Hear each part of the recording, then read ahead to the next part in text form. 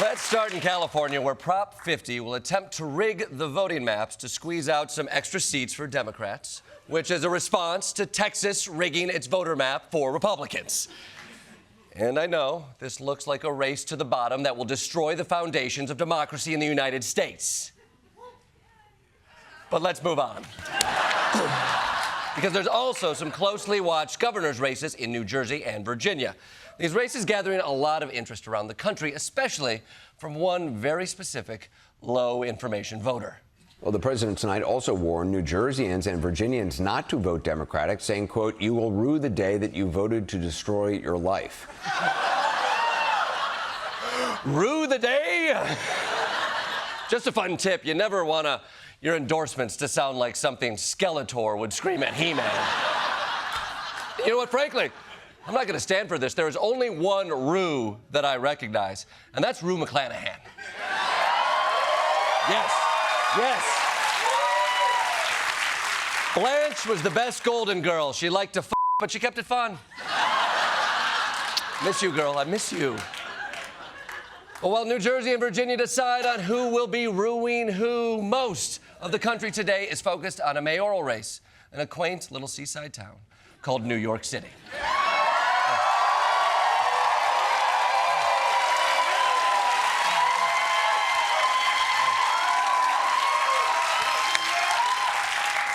I see you've heard of it.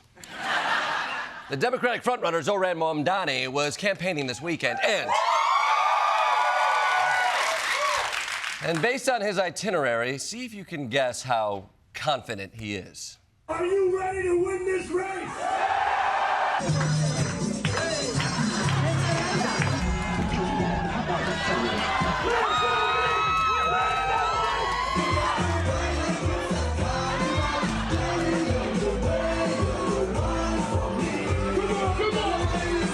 God damn! Is he running a campaign or a bachelor party? I'll tell you what, be careful, Zohran. You party this hard, you're gonna catch feelings for capitalism.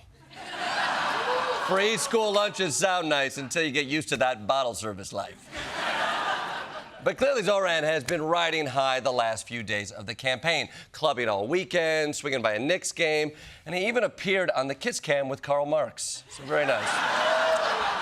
Meanwhile, Zohran's Republican opponent is Curtis Sliwa, a tough-on-crime, beret-wearing vigilante leader who has been shot in what was reportedly a mob hit. What was his final pitch to voters? I assume it was something like death penalty for all the bad guys. Animals are viewed as property in New York State, and we're going to turn that around. Wow. You thought Mamdani was radical. This guy's out here like humans are going to be the pets from now on.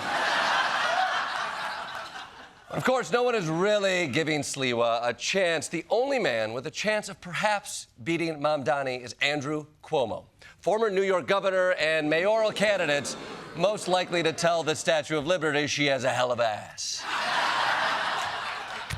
After having lost the primary to Mamdani, he is now running as an independent. And Mamdani is out there in the clubs. I assume Cuomo's final campaign pitch is serious and policy-driven. A little trivia today, because a lot of questions have been asked. This is a 1996 Ford Bronco. Yes, it is an oldie, but it is a goodie. We're going to win. Why? Because of this Ford Bronco. Hold on.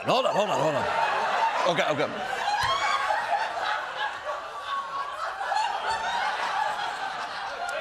A Ford Bronco, a white mid-90s Ford Bronco. Isn't that OJ's car? This was his final pitch to voters. Hey guys, check it out. I own the only vehicle on the planet associated with murder. And if you're an OJ head, you know his famous car chase happened in 1994. Which means Cuomo went car shopping 2 years later and thought, yeah, this will help me pick up the chicks. You know what? Don't worry. Andrew Cuomo isn't that oblivious. He's very aware that this car brings up bad memories of loose juice. Also been ridiculed quite a bit. People saying, oh, that's the O.J. Bronco. Actually, it's not the O.J. Bronco.